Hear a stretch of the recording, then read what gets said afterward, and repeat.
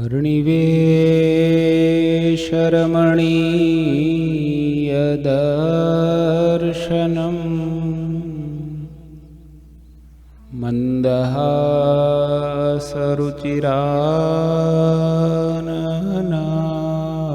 मन्दहासरुचिराननाम्बुजम् पूजितं सुरनरोत्तमेर्मुदा धर्मनन्दनमहं विचिन्तये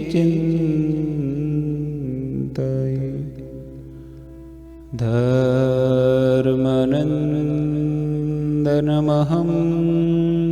विचिन्तये।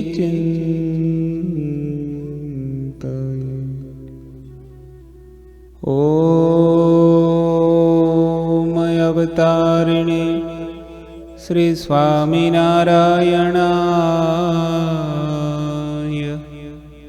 हरिकृष्णाय घनश्यामाय नीलकण्ठाय च नमो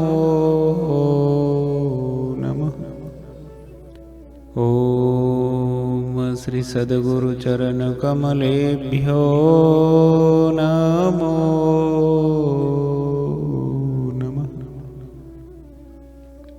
बोलो श्री स्वामिनारायण भगवाननी, श्री ठाकोरजी महाराजनी, श्री हरिकृष्ण महाराजनी, श्री घनश्याम महाराजनी, श्री सद्गुरुदेवनी। बधाई भक्तों ने खूब भाव थी जय स्वामीनारायण।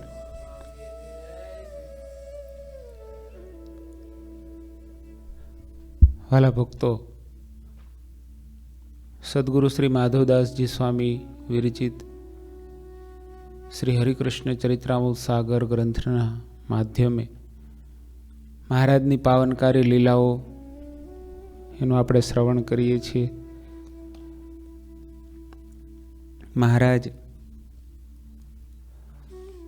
कच्छना गामडाओमां त्याना प्रांतमां विचरण करी भक्तोने सुख आपे छे। एमां महाराज भुज तरफ जाय छे। ब्रह्मानंद स्वामी आदि संतोने महाराजे हालार प्रांतमां विचरण करी डभाणना यज्ञमां बधाने आववा माटेनुं आमंत्रण अने सामान तैयार करवानी महाराजे आज्ञा करीने मोकल्या छे। अने महाराज पण पछी भुज तरफ जवा निकळ्या छे। रस्तामां आवता गामोमां भाडई गाम आवे छे, त्यां डुंगरजी पार्षदने महाराज मोकले छे। संध्या थवा आवी, अत्यारे के भुज पहोंचाशे नहीं, माटे गाममां कोई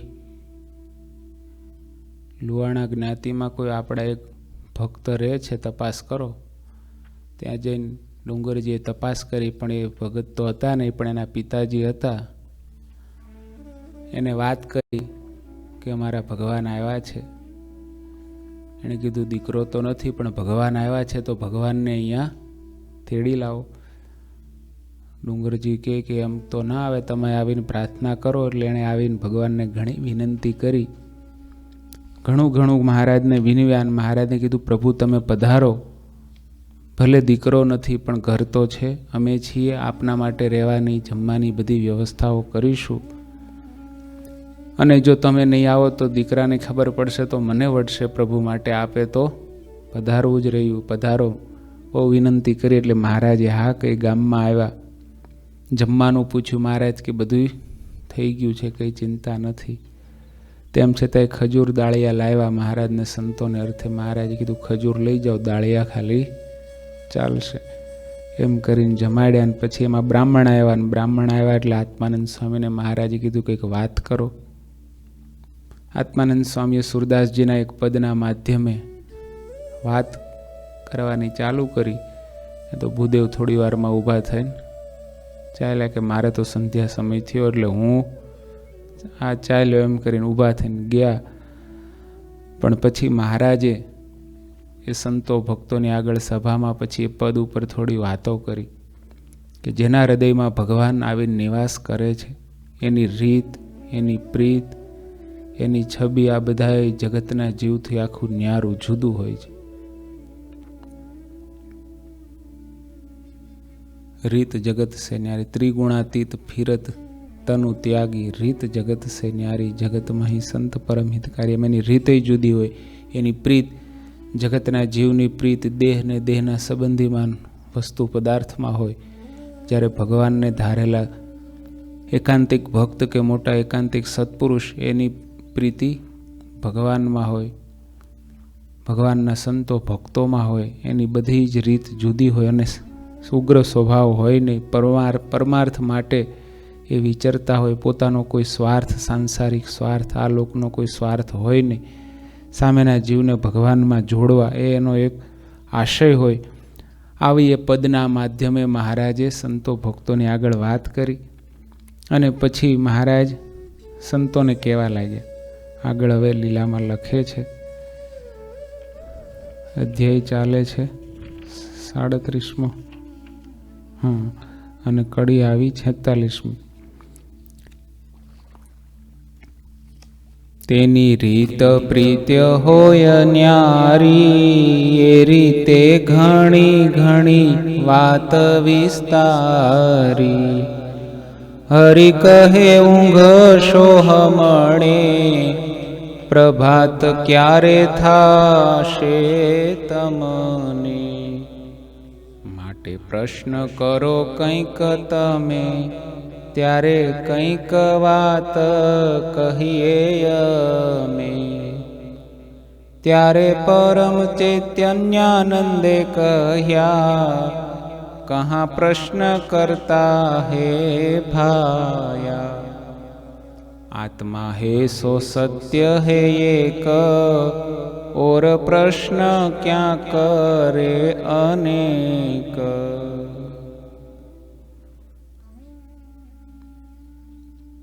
આ બધી સંવાદ સાંજના સમય, સંધ્યા પછી રાતનો ટાઈમ જે ચાલુ થવાનો આવ્યો, એમાં બધો સંવાદ ચાલે છે.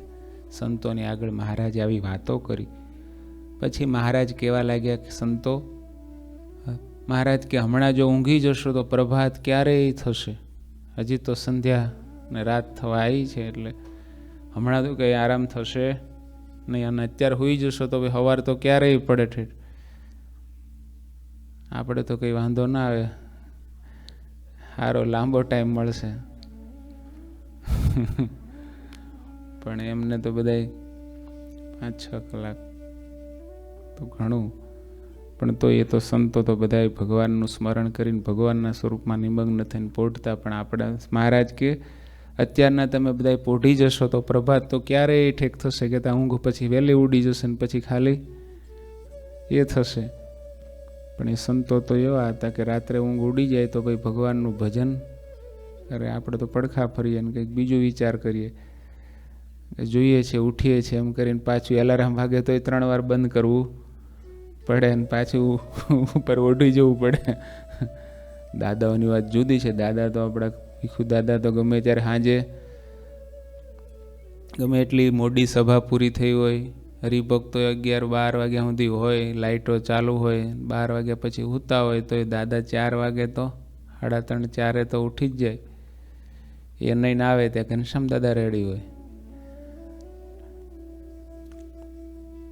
પણ જગતના જીવોની વાત બીજા બધાની જુદી છે. એટલે મહારાજ કે અત્યારમાં સૂઈ જશો તો ક્યારેય પ્રભાત થશે. ભગવાનના ભક્ત છે એને તો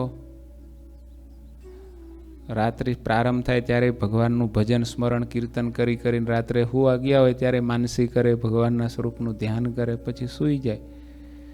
એમાંય રાત્રે જો ઊંઘ ઉડી જાય તો ફરી ભગવાનનું ભજન કરવા બેસી જાય. સવારે ઉઠે ત્યારે પાછા ભગવાનના સ્વરૂપનું ધ્યાન કરે. એ ભગવાનના ભક્તની રીત હોય. એવું નહીં કે સવારમાં ઉઠ્યા ને ગોદડું નાખ્યું ને સીધા બાથરૂમમાં, મોડું થઈ ગયું છે જલ્દી ફટાફટ. એટલે મહારાજ કે સંતો જો હમણાં સૂઈ જશો તો પ્રભાત તો ક્યારેય ઠેક થશે. માટે કામ કરો, કંઈક પ્રશ્નોત્તર કરો. પ્રશ્ન કરો તો કંઈક વાત કરીએ. અને કંઈક પ્રશ્ન નીકળે ને એમાંથી વાત થઈ આખી જુદી ન લૌકિક હોય. એમનામ કંઈક કહીએ સામે બેન કે કંઈક વાત કરો તો શું કરવી, કઈ કરવી કંઈ નક્કી નહીં, પણ કંઈક કોઈ પ્રશ્ન પૂછે તો એમાંથી કંઈક બધાયને, અને ઘણીવાર આપણે એકલા હોઈએ તો આપણે લગતો પ્રશ્ન પૂછાય, ક્યારેક કોઈક સભા મોટી હોય આપણો પ્રશ્ન હોય તોય બરાબર, પણ એમાં એવો કોઈક પ્રશ્ન પૂછે કે બધાયને સમાસ થાય, બધાયના કંઈક કામની હોય એવી વાત કરીએ તો એમાંથી કોઈ મોટા સત્પુરુષ ગુરુજી ક્યારેક શિબિર હોય કંઈક એવું હોય ને પ્રશ્નોત્તરી કરી હોય તો કંઈક પૂછતા હોય કે પ્રશ્ન પૂછો, તો ત્યારે કંઈક એવો પ્રશ્ન પૂછે કે બધાયને કામ, આપણાય કામ નહીં લાગે અને બધાયને કામ નહીં લાગે એવી કંઈક વાત હોય તો બધાયને આનંદ થાય, બધાય કંઈક જીવોને સમાસ થાય. આખું વચનામૃત છે ગુરુજી ઘણીવાર કે પ્રશ્નોત્તરીમાંથી જ થયું ને. નંદ સંતોએ અને ભક્તોએ મહારાજને પ્રશ્નો પૂછ્યા તો એમાંથી આખો વચનામૃત જેવો મહાન ગ્રંથ થયો, ભગવાનની પરબ્રહ્મની પરાવાણી સ્વરૂપ. અને એમાં વિચારી કે પ્રશ્નો કોણ પૂછે, જેને ખ્યાલ ના હોય એવું નથી. એમાં આદિ ગુરુદેવ સ્વામીશ્રીએ જ સૌથી વધારે આખા વચનામૃતમાં પ્રશ્નો પૂછ્યા. તો કોઈક એમ છે કે એને કંઈ પ્રશ્ન જ નથી પૂછ્યા તો એનું ગૌરવ લેવામાં આવે કે એમને કોઈ પ્રશ્ન જ નહોતા. તો એવું કંઈ નથી, પણ મોટા પુરુષો છે સ્વામીશ્રી તો પૂર્ણ કામ છે, એ તો ભગવત સ્વરૂપના નિમગ્ન રહેનારા છે, બધું જ શાસ્ત્ર માત્રનું જ્ઞાન સ્વામીને છે જ, પણ તેમ છતાંય સ્વામી કેવા છે, સત્સંગની મા સમાન છે. એક એક જીવ પ્રાણી માત્રની, સત્સંગી માત્રની ચિંતા કરી કે પાછળના જીવોને કલ્યાણના માર્ગમાં કેવા કેવા પ્રશ્નો ઊભા થાય, એને મોક્ષના માર્ગે કેમ કરીને આગળ વધી શકે, તો એ આપણા બધા વતીથી સ્વામીએ પ્રશ્નો પૂછ્યા છે. અને એના દ્વારા મહારાજે આત્યંતિક કલ્યાણના સરળ ઉપાયો સ્વામીએ કેવું કર્યું, જ્યાં જ્યાં મહારાજે કોઈ ગહન વાત કરી હોય ને તો મહારાજ સ્વામી અને મહારાજના મુખે સરળ કરાવી. આપણને તો બધું અઘરું જ પડે, મા હોય એ સરળ કરે, બાપ હોય તો કે ગમે એમ લાકડી લઈને કે ના આમ કરવું જ પડશે, આમ જ કરો, હાડ આપી દે લેશન. પણ સ્વામીએ મહારાજના મુખે આપણા બધાય માટે કલ્યાણની રીત, મોક્ષની રીત, સત્સંગમાં આગળ વધવાની રીત સરળ કરાવી. જ્યાં જ્યાં મહારાજે બહુ થોડી હાર્ડ કરી હોય તો સ્વામી કે મહારાજ આ સત્સંગમાં તો લક્ષાવધિ મનુષ્ય છે, આ બધાને આ વાત તો કેમ સમજ્યામાં આવે ને બધાય તો આ રીતે કેમ વર્તે, માટે કેમ કરે તો એ જીવનું પણ રૂડું થાય. તો મહારાજે પછી સરળ કરી દીધું હોય કે એવા જે મોટા એકાંતિક સત્પુરુષ છે એમાં હેત કરે ને એમાં જીવ જોડે તો પણ બધું કામ થઈ જાય. જે પ્રાપ્તિ એને થાય એ જ પ્રાપ્તિ એને થઈ જાય. લો સારંગપુરના 10માં નિત્ય 5 ખાસડા મારે તો પણ એને સહન કરીને એના સમાગમમાં પડ્યો રહે, એનાથી જુદું થવાનો સંકલ્પ પણ કરે નહીં. તો જે પ્રાપ્તિ મોટા એકાંતિક સત્પુરુષને થાય એ જ પ્રાપ્તિ એના સંગમાં પડ્યો રહે, એની પણ એ જ પ્રાપ્તિ. તો કેટલી મોટી વાત. હવે એના જેવું થવું તો જન્મો જન્મની સાધના કરે તોય થાય કે ના થવાય, પણ અલૌકિકને મહિમાથી ભગવત બુદ્ધિથી એવા મોટા સત્પુરુષ સાથે રહે અને એમ જાણે કે આ તો મારા હિતકારી છે, પરમ હિતેચ્છુ છે, એ જે કહેશે ને જેમ કરશે એમાં મારું હિત જ છે, આવો ભાવ લાવીને એના સંગમાં પડી રહે તો પણ મહારાજ કે એને જે પ્રાપ્તિ થશે એ જ પ્રાપ્તિ, એના સંગમાં પડ્યો છે એને પણ એ જ પ્રાપ્તિ. તો કેટલી મોટી વાત. એવી રીતે સ્વામીએ કઈ કઈ જગ્યાએ મહારાજના મુખે કલ્યાણની રીત સરળ કરાવી અને પ્રશ્નો પૂછી પૂછીને આપણા બધાએ માટે મહારાજના મુખે ઉત્તરો કરાવ્યા. એટલે મહારાજે પણ અહીંયા સંતોને કીધું કે સંતો કંઈક પ્રશ્નો પૂછો તો કંઈક વાત કરીએ. મહારાજે કીધું એટલે પરમ ચૈતન્યાનંદ સ્વામી તો હિન્દી ભાષી સંત હતા અને અલમસ્ત સંત. સ્વામીએ કીધું મહારાજે કીધું પ્રશ્ન કરો. તો સ્વામી કે મહારાજ કहाँ प्रश्न करता है भाया, आत्मा है सो सत्य है, आत्मा एक જ સત્ય છે તો શું બીજો પ્રશ્ન એમ દાદા, પછી કઈ પ્રશ્ન જ રહે. આત્માનંદ સ્વામી કે મહારાજ પરમ ચૈતન્યાનંદ સ્વામી મહારાજ આત્મા હે સો સત્ય હે એક, તો પછી બીજો પ્રશ્ન શું રહ્યો એમ, એટલું જ સમજવાનું છે ને કે બધું કરીને ઓર પ્રશ્ન ક્યાં કરે અનેક, બીજા શું પ્રશ્નો પછી લાવવા 1, 2, 5 પછી એક આત્મા સત્ય, બસ એ માની લઈએ સમજી લઈએ એટલે પૂરું.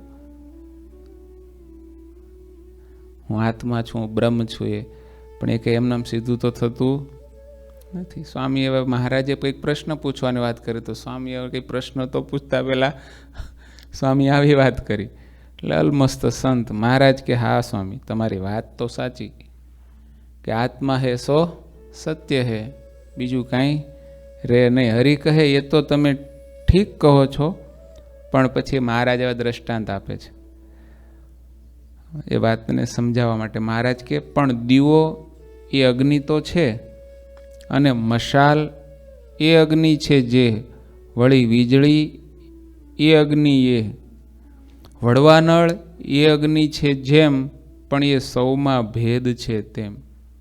મહારાજ કે દીવો એ પણ શું કહેવાય? અગ્નિ. મશાલ એ પણ અગ્નિ, વીજળી એ પણ અગ્નિ, ને વડવાનળ અગ્નિ એ પણ અગ્નિ. બધા કહેવાય તો અગ્નિ જ, પણ બધા એમાં ભેદ છે. મહારાજ એમ ખાલી આત્મા ખાલી કહી દેવાથી કે આત્મા બધું સરખું થઈ જતું નથી. આત્મા તો બધાય છે. વૃક્ષ, વેલી, લતા, તૃણ, એક નાનું એવું ઘાસનું એવો એમાંય આત્મા છે. કીડીમાંય આત્મા છે, ને હાથીમાંય આત્મા છે, મનુષ્યમાંય આત્મા છે, ને ઈશ્વરોમાં, દેવોમાં એમાંય આત્મા છે. મનુષ્ય આત્મા છે, પણ એમાં ભેદ ઘણો છે. ખાલી આત્મા જાતીય કરીને તમે કહો કે બધા એમાં આત્મા જ છે, તો આત્મા તો છે જ, પણ એમાં ફેર ઘણો છે. કોઈ સામાન્ય મનુષ્ય છે એમાંય આત્મા છે, કોઈ ભગવાનનો ભક્ત છે જેને ભગવાનની શરણાગતિ છે, ભગવાનનું ભજન કરે છે, ભગવાનની આજ્ઞા પાળે છે, તો એ આત્મા તો આત્મા જ છે, પણ તેમ છતાંય ભગવાનના સંબંધે કરીને, ભગવાનના દ્રઢ આશ્રય કરીને એ ભગવાનનો ભક્ત કહેવાય, મહાત્મા કહેવાય. ભગવાનને ધારેલા, અખંડ ધારેલા મોટા એકાંતિક સત્પુરુષ હોય તો એ ભગવત સ્વરૂપ કહેવાય, બ્રહ્મ સ્વરૂપ કહેવાય.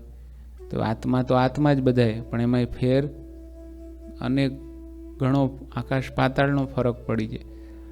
ત્યાં સુધી મહારાજે વચનામૃતમાં કીધું અક્ષરધામમાં અનંત મુક્તો છે. તો મુક્તોમાં પણ મહારાજ વચનામૃતમાં કે તારાથી લઈ, ખદ્યોતથી લઈને મહાતેજના, મહાપ્રલયના અગ્નિ સમાન મહાતેજ, ત્યાં સુધીના ભેદ છે. ખદ્યોત એટલે નાનો એવો આગિયો, એમાં કેટલું તેજ હોય, અને મહાપ્રલયનો અગ્નિ એમાં કેટલો તેજ હોય. એમ અક્ષરધામમાં પહોંચ્યા પછી પણ ત્યાં પણ મુક્તોના જો આટલા ભેદ હોય તો અહીંના જીવાત્માનો તો કેટલો ભેદ હોય. એટલે ખાલી એક આત્મા કહેવાથી મહારાજ કે બધું પૂરું થઈ જતું નથી. એમાં પણ એની અવસ્થાએ, એની સમજણે, એની સ્થિતિએ કરીને એના પણ ભેદ છે. કહેતા આપણે જે સ્થિતિમાં છીએ ત્યાંથી ઉપર જવાનું છે. એ ક્યારે થાય? સત્સંગે કરીને, મોટા સત્પુરુષના સમાગમે કરીને,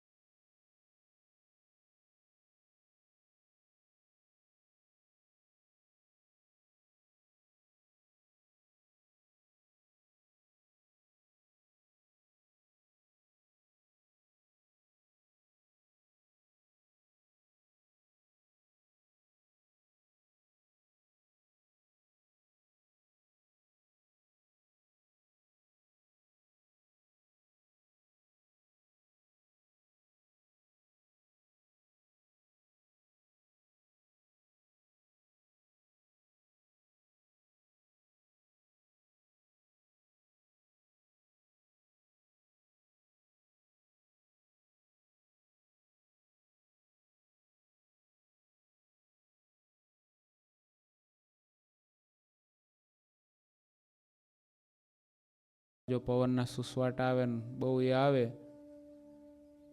વાવાઝોડું જોરદાર 100 માઇલની સ્પીડે, તો મશાલને પણ ઠરતા વાર લાગે નહીં. વીજળીનો અગ્નિ છે એ આકાશમાં રહ્યો છે, પાણીની મેઘની ઘટાની મધ્યે, તો ત્યાં રહીને એ પ્રકાશ કરે છે, ત્યાં રહીને એ ઝબકારા કરે છે, તેમાં ઓલાતો નથી. અને એનાથી પર વડવાનળનો અગ્નિ, એ તો સમુદ્રના તળિયે આખું ભર પાણીની વચ્ચે રહ્યો છે, અને એ ઓલાતો તો નથી, પણ સમુદ્રના પાણીને પણ એની ગરમીથી બાફ કરીને વાદળા બંધાય, ને વાદળામાંથી મીઠું પાણી વરસે, સંસારના જીવ પ્રાણી માત્ર સુખ્યા કરે. એમ જીવાત્મામાં તો ભેદ છે જ. અને આવી જ રીતે એમાં મહારાજે વચનામૃતમાં એના દ્વારા સત્પુરુષના ભેદ કીધા કે કોઈ દીવા જેવા, કોઈ વીજળી જેવા, કોઈ મશાલ જેવા. વીજળી જેવા એટલે ગમે એવું માયાનું જોર કે ગમે એવા માયાના પ્રપંચોની મધ્યે, માયાનું વાતાવરણ તો એની મધ્ય પણ એ પોતાનો પ્રકાશ ભગવાન એને જે ધારી રહ્યા છે, એનો જે દ્રઢ આશરો છે, એમાંથી રંચ માત્ર એ ફરે નહીં, પડે નહીં. અને વડવાનળ જેવા સત્પુરુષ છે એ તો ગમે એવા માયાના પ્રવાહમાં ઘસાઈ ગયેલા જીવ હોય એને પણ મીઠા કરીને, એને ભગવાનમાં જોડીને, એને પણ ભગવાનના આશરે મૂકી દે. ગમે એવા હાવ છેલ્લી કક્ષાના જીવ હોય તો એના પ્રભાવમાં એ પોતે તો ન આવે, પણ એને પણ ભગવાનમાં જોડે. એને વડવાનળ અગ્નિ સમાન કહેવાય. મહારાજ કે વડવાનળ પાણીને બાળે પણ ઓલાય નહીં કોઈ કાળે. પાણીથી એ તો ના ઓલાય, પણ પાણીને પણ બાળીને એની બાફ કરીને એના વાદળ થાય ને એને પણ મીઠું કરે છે.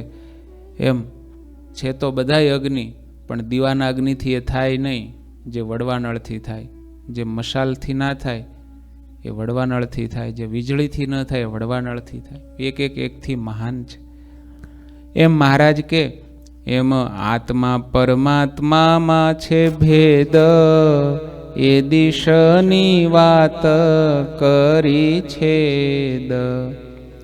હરિમોદ્ય પર પોઢી ગયા, છોકરાને ભણ્યાની શાળા તિયા.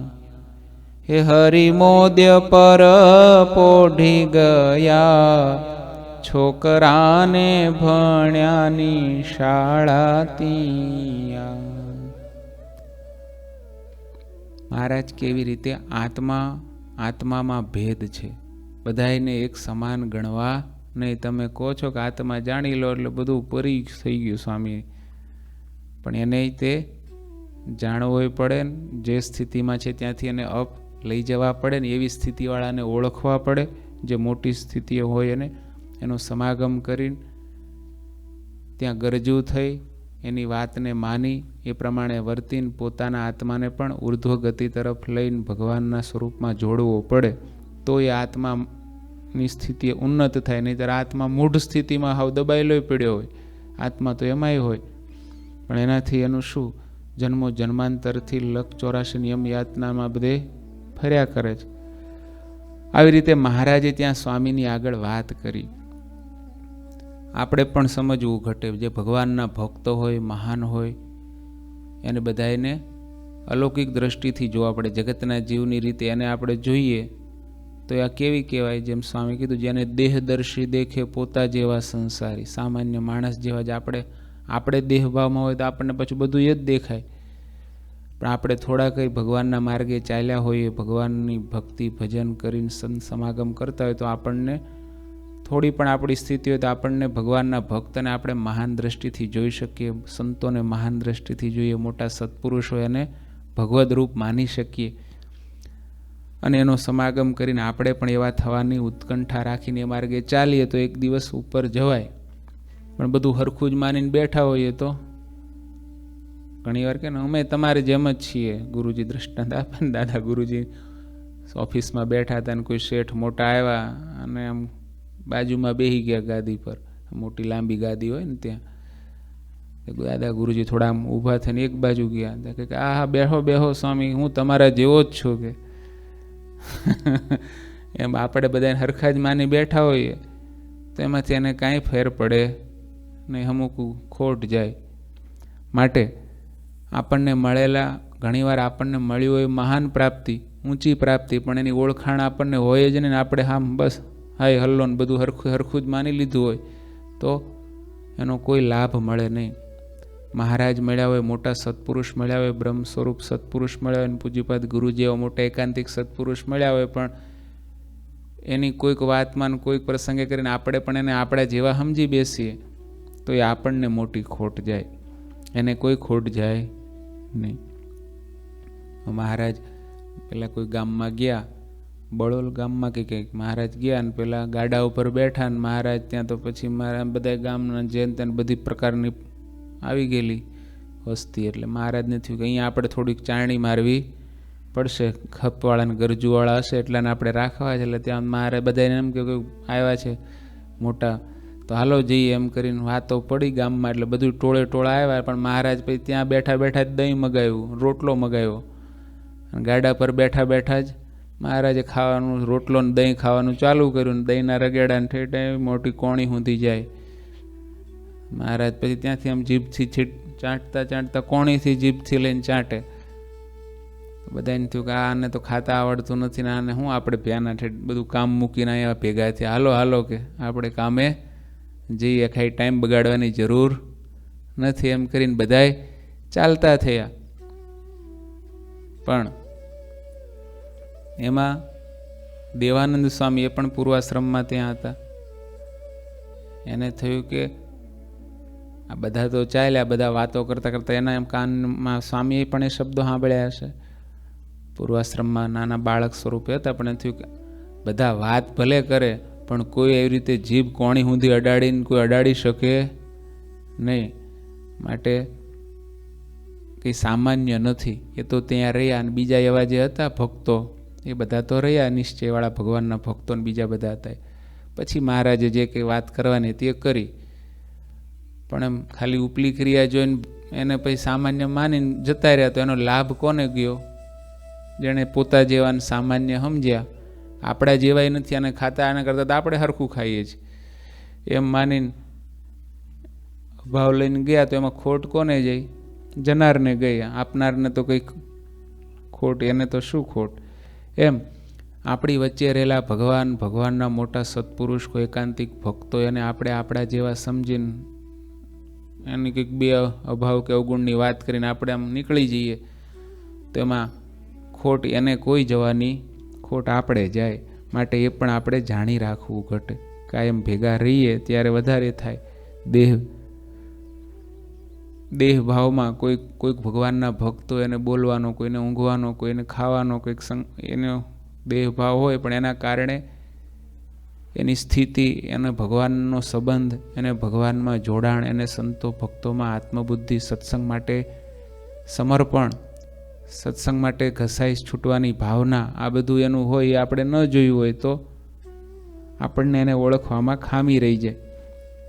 આવી મહારાજે ત્યાં વાત કરી. બધાએ મહારાજની આ વાતને સ્વીકારી, અંતરમાં ધારી. અને પછી મહારાજે શું કર્યું? મહારાજ હરિ મોદ પર પોઢી ગયા, છોકરાને ભણ્યાની શાળા ત્યાં પછી એક છોકરાને ભણવાની સ્કૂલ હશે, શાળા હશે ગામડાઓની, અને ત્યાં કંઈક મોદ પાથરી હશે. મોદ એટલે આમ ચટાઈ જેવું, એ હાવ આમ કંઈ પોચી ના હોય, તો હાડ હોય. પેલું મોદિયું નહીં કહેતા, મોદિયું હાડ, એ મોદ ઉપર જ મહારાજ પોઢી ગયા. મહારાજ કે આવો અહીંયા જ પોઢી જઈએ. મહારાજ પોઢ એટલે આજુબાજુ સંતો ભક્તો પણ પછી ત્યાં જ એક જ આસન ઉપર, મોટું પાથરણું, મોદ ઉપર જ, કોઈ ગાદલું નહીં, કોઈ ગોદડું નહીં, કોઈ ઓશીકું નહીં, અને ત્યાં જ મહારાજ પોઢી ગયા. અનંત કોટી બ્રહ્માંડના ધણી પરબ્રહ્મ પુરુષોત્તમ નારાયણ, એને કોઈ વાતની પોતાનું આમ સ્ટેટસ કે પોતાની કોઈ મોટાઈ કે આ બધાય મારી આજુબાજુ સંતો ભક્તો છે, ખાલી આમ કેવડાવશું તોય ગામમાંથી કંઈક સારું તો પથારી આવી જ જાય ને. પણ મહારાજ જે વાત કરે ને કોઈ તૈયારી કરે, પહેલાં તો મહારાજ જ મોદ ઉપર જ પોઢી ગયા. એ મહારાજની મોટાઈ, એ ભગવાનની સરળતા, એ આપણે આમ વિચારીએ તો પણ આપણને અહોભાવ થાય કે આવા મોટા મહારાજ, એને કાંઈ પોતાનું નહીં કે ભાઈ મારું આમ રહેવું જોઈએ, હું આમ છું, હું આવ્યો એટલે આમ. આ લોકના માણસને તો કેટલું હોય અઘરું. કોઈ મોટા ને બોલાવો. એક બહુ મોટા ધર્માચાર્ય વર્ષો પહેલાં જ્યારે કંડારી ગુરુકુળનો હજી ઉદ્ઘાટન ઉત્સવ હશે કે એ વખતે અમને આમંત્રણ શિલાન્યાસ ઉત્સવ વખતે આપેલું. પ્લેનની ટિકિટો લઈને બોલાવેલા. આવેલા પછી કંઈક એના આસન બાબતમાં થોડુંક આમ તેમ હશે એને, તો એ સ્ટેજ ઉપર આવ્યા નહીં. કેટલા દૂરથી આવેલા પણ ઉતારેથી પાછા જતા રહ્યા. એટલે આ લોકમાં માણસને કેટલું બધું એ હોય, પોતાનું આસન, પોતાનો પ્રોટોકોલ, પોતાની રીત. હું આવું એટલે આ રીતનું હોવું જોઈએ, આમ જોઈએ ને આમ જોઈએ, કેટલી રીતનું હોય. પણ ભગવાન જેવા ભગવાન, જેની નજરમાં મોટા ભવબ્રહ્માદિક દેવો કે મોટા ઈશ્વરો પણ આવતા નથી, અનંતકોટી બ્રહ્માંડો નથી આવતા, એ ભગવાનને આમ કાંઈ જ નહીં. મોદ ઉપર હોવાનું છે તોય ભગવાન સૂઈ જાય. એ મહારાજની મોટાઈ છે. મોટા સત્પુરુષો પણ હાવ સરળ અને સહજ વર્તતા હોય આપણી સાથે તો જીવ એને પછી સામાન્ય માને. કોઈ બહુ મોટો માણસ આમ બહુ બધું દેખાડો ને બહુ ભભકો ને બહુ આમ પેલું આમ દેખાડે તો બધાને એમ લાગે કે ઓહો બહુ મોટા. કોઈકની એપોઇન્ટમેન્ટ લઈને બહાર 2 જણાને રાખી દીધા હોય ને મળવું હોય તો પહેલાં એપોઇન્ટમેન્ટ લો, તમને ટાઈમ મળશે, આવશે, 5 લેયર પાસ થાવ ને પછી મળે તો એટલી આપણને આમ બધાને પ્રભાવ વધારે પડે. ઓહો. અને કોઈ સહજ મળી જતું હોય તો લાગે કે છે હવે આમાં તો કંઈ વાંધો નથી, જ્યારે જશું ત્યારે મળી જશું ને હવે ક્યાં આમાં પૂછવાનું ને ક્યાં જવાનું, એને કંઈ બહુ એ ના હોય. પણ એનાથી કંઈ મોટાઈ નથી. મોટાઈ તો આંતરિક મોટાઈથી મોટાઈ છે. ભગવાન આવા મોટા છે, આટલા સરળ. એનાથી આપણને શીખવે છે કે આપણામાં ક્યારેય હું આ સ્થાને છું, હું આમ છું તો મારું આમ જોઈએ ને આમ જોઈએ, આપણને એવું હોય ને. આપણે તો જેને મહારાજ જ્યારે આવ્યા લોજમાં 7 વર્ષનું વિચરણ કરતાં કરતાં સુખાનંદ સ્વામીનો યોગ થયો અને કીધું કે આવો અહીંયા મુક્તાનંદ સ્વામી જેવા મોટા સંત છે, દર્શન કરવા જે યોગ્ય સંત છે, જો આપ નહીં આવો તો સ્વામી અહીંયા પધારશે. ત્યારે નીલકંઠ વર્ણી મહારાજને થયું કે ના, અમે જ એમના દર્શન કરવા ત્યાં આવીશું. અને સુખાનંદ સ્વામી સાથે આશ્રમમાં આવે, સ્વામીશ્રીને મળે. નીચે સ્વામી એક આસન પર બેઠા છે, મહારાજને માટે આસન પાથરવા માટે સ્વામીએ કેવડાવ્યું. ત્યારે નીલકંઠ વર્ણી કહે કે ના, અમારે કોઈ આસનની જરૂર નથી, અમે તો અહીંયા જ બેસીશું. નીચે બેસી ગયા. સ્વામીએ ઘણો આગ્રહ કર્યો ત્યાં કે આટલું 50 કરોડ યોજન પૃથ્વીનું આસન, એનાથી મોટું આસન શું જોઈએ? આવું મોટું આસન છે, પછી સમજણ કેટલી ઊંચી, કેટલી મોટી. આપણને કંઈક આમ ઊભા રહી જઈએ કે ભાઈ હવે કંઈક મૂકો તો પછી બેસું એમ. ત્યાં સુધી આમ ખબર નથી પડતી, આમ આપણે 2 જણાને સામું જોઈએ. પણ એ ભગવાન છે. ભગવાનની મોટાઈ એવી હોય. મોટા સત્પુરુષો એ પણ એટલા સરળ. એની ભેગા આપણે જ્યારે રહીએ, નજીકથી જોઈએ ત્યારે ખ્યાલ આવે કે કેટલા સરળ ને કેટલા બધાને અનુરૂપ થઈને વર્તતા હોય. આટલા મોટા હોય તોય પણ એ બધા મુક્તો, એ મોટા પુરુષો આપણને પોતાની એને જે સૂક્ષ્મ દ્રષ્ટિથી જોવે તો ખ્યાલ આવે. નહીંતર તો આપણે એને જેટલા એ સરળ વર્તે એટલા સામાન્ય જીવતો એને એટલા નાના સમજવા માંડે. એટલે એને એમ લાગે કે આમાં કંઈ આ તો બધું સામાન્ય છે એમ. જેટલો પ્રોટોકોલ મોટો ને જેટલો આમ ભભકો મોટો એટલો જગત તો બધું એને એટલા મોટા માને. પણ એ વાસ્તવિક એ મોટાઈની રીત કે એની કોઈ માપપટ્ટી એ નથી કે જેટલું આમ દેખાડો ને કોઈ એનાથી એની મોટાઈ એવી મોટાઈ નથી હોતી. મહારાજ ત્યાં સૂઈ ગયા. સંતો ભક્તો પણ મહારાજની આજુબાજુ સૂઈ ગયા. છોકરાને ભણ્યાની શાળામાં મોજ પર ભગવાન પોઢ્યા છે.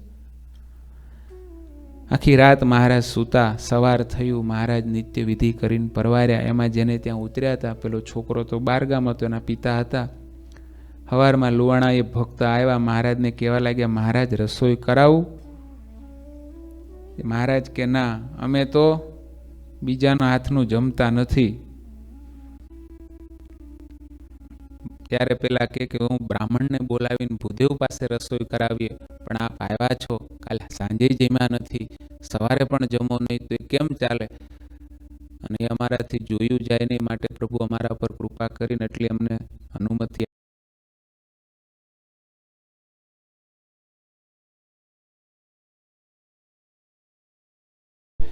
અને પછી વાલો ને સંત આવ્યા નાય. પછી મહારાજને સંતો સ્નાન કરવા ગયા. બહાર જે કંઈ કૂવો કે નદી હશે ત્યાં જઈને સ્નાન કરી નિત્યવિધિથી પરવાર્યા અને આવ્યા. ત્યાં રસોઈ ભૂદેવ પાસે તૈયાર કરાવડાવેલી અને મહારાજે પંક્તિ કરાવીને પોતે જમ્યા અને સંતોને જમાડ્યા અને એનો ભાવ મહારાજે આવી રીતે સ્વીકાર્યો. અને પછી એમ સંત સહિત હરી જમ્યા અને બેઠા ખાટ પર ઓશિકે નમ્યા. એક ખાટ પલંગ પર મહારાજ ઓશિકા ઉપર આડે પડખે થઈને થોડી વાર બિરાજમાન થયા જમીન. એટલામાં બધા એ પંક્તિ પૂરી થઈ એટલે જમીન બધા પણ ત્યાં આવ્યા. અને પછી જે ભક્તનું ઘર હતું એ ભગત તો બારગામ હતા પણ એના પિતાશ્રી એણે આ બધી વ્યવસ્થાઓ કરી. મહારાજને થયું કે આને ત્યાં આવ્યા છીએ, આટલો એનો લાભ સેવા લીધી છે તો એનું પણ કંઈક રોડું થાય એવું આપણે કરવું પડશે ને. એમ જાણીને મહારાજે હાથમાં કળશો લીધો, લુવાણાનો હાથ જાલી લીધો. મહારાજ કે આવો આવો ભગત અહીંયા તમે બેસો એમ કરીને એને બેસાડ્યા નજીક. અને મહારાજે બધી વાત કરી થોડી વાર ભગવાનની, સત્સંગની, મનુષ્ય જન્મની. અને મહારાજ કીધું કે આવો સરસ ભગવાને મનુષ્ય જન્મ આપ્યો છે, ભગવાનનું ભજન કર્યા વિના એળે જાય તો એનું શું મિનિંગ? બધું કર્યું, આ લોકનું બધું મેળવ્યું, ધન, સત્તા, સંપત્તિ, કુટુંબ, પરિવાર બધું સરસ કર્યું, પણ ભગવાનનું ભજન ના થયું, સત્સંગ ના થયો તો બધુંય એળે ગયું, એનું કોઈ મિનિંગ નથી. આમ બધી મહારાજે વાત કરી. અને જો ભગવાનનું ભજન કર્યું હશે, ભગવાનની શરણાગતિ સ્વીકારી હશે, આજ્ઞા પાળી હશે તો અંતે આ જીવનું કેવું મોટું કામ થશે. આવી બધી મહારાજે વાત કરીને કીધું કે લો આજે અમે તમે વર્તમાન ધરાવીએ, નિયમ ધારો, કંઠી પહેરો ને અમારું ભજન કરજો, અંતકાળે અમે તમને તેડવા આવીશું. આવી વાત કરી ત્યારે એ ભક્તના અંતરમાં પણ ઉતરી ગઈ. ભગત તો હજી હતા નહીં પણ એને થયું કે હા આજે સામે ચાલીને અમારે ત્યાં ભગવાન આવ્યા, સંતો આવ્યા અને એની વાત સ્વીકારીશું તો આપણું કામ થશે. અને મારો છોકરો તો ભગત છે જ તો હુંય ભગત થાવ એમ કરીને મહારાજના હાથે ત્યાં વર્તમાન ધાર્યા અને મહારાજ એને કંઠી પહેરાવી. માટે સ્વામિનારાયણ નામ એનું ભજન કરજો કહે શ્યામ. મહારાજ કે સ્વામિનારાયણ સ્વામિનારાયણ ભજન કરતા રહેજો, હાલતા ચાલતા, ખાતા પીતા, કામ કરતા, અને તમારું બહુ મોટું કામ એનાથી થશે. આમ મહારાજે કીધું ને વર્તમાન ધરાવી નિયમ ધરાવ્યા. અને આવી રીતે લુવાણા ભક્તનું પણ ભગવાને સામાન્ય, એને કોઈ સત્સંગ હતો નહીં પણ એનું રોડું મહારાજે કર્યું, એની સેવા સ્વીકારી. પછી કારણ કે મહારાજ તો કંઈક જીવવાનું કેમ કરીને એનું રૂડું કરવું એ ભગવાનનો આશય હોય. કોઈક પૂર્વનો જીવ મુમુક્ષુ હશે, એનું કંઈક સાધના કરતાં અધૂરું હશે ને મહારાજ એને પોતાના યોગમાં લઈને પાછા સત્સંગના માર્ગે આગળ વધારવાના હતા, એટલે મહારાજે એવું કર્યું. આવી રીતે મહારાજે ત્યાં એ ભાડઈ ગામની અંદર કચ્છ જતા, ભુજ જતા રસ્તામાં આવ્યું ગામ, એટલે ત્યાં રાત રોકાણા, એની સેવા સ્વીકારી. પણ એના બદલામાં એનું બહુ મોટું કામ ભગવાને કર્યું અને એ જીવનું પણ રૂડું કર્યું. અહીંયા 55 કડી પૂર્ણ થાય છે. બોલો શ્રી ઠાકોરજી મહારાજની જય. શ્રીપતિમ શ્રીધરમ સર્વદેવેશ્વરમ ભક્તિધર્માત્મજમ વાસુદેવમ હરિમ માધવમ કેશવમ કામદમ કારણમ સ્વામિનારાયણમ નીલકંઠમ ભજે. શ્રી ઘનશ્યામ મહારાજની જય.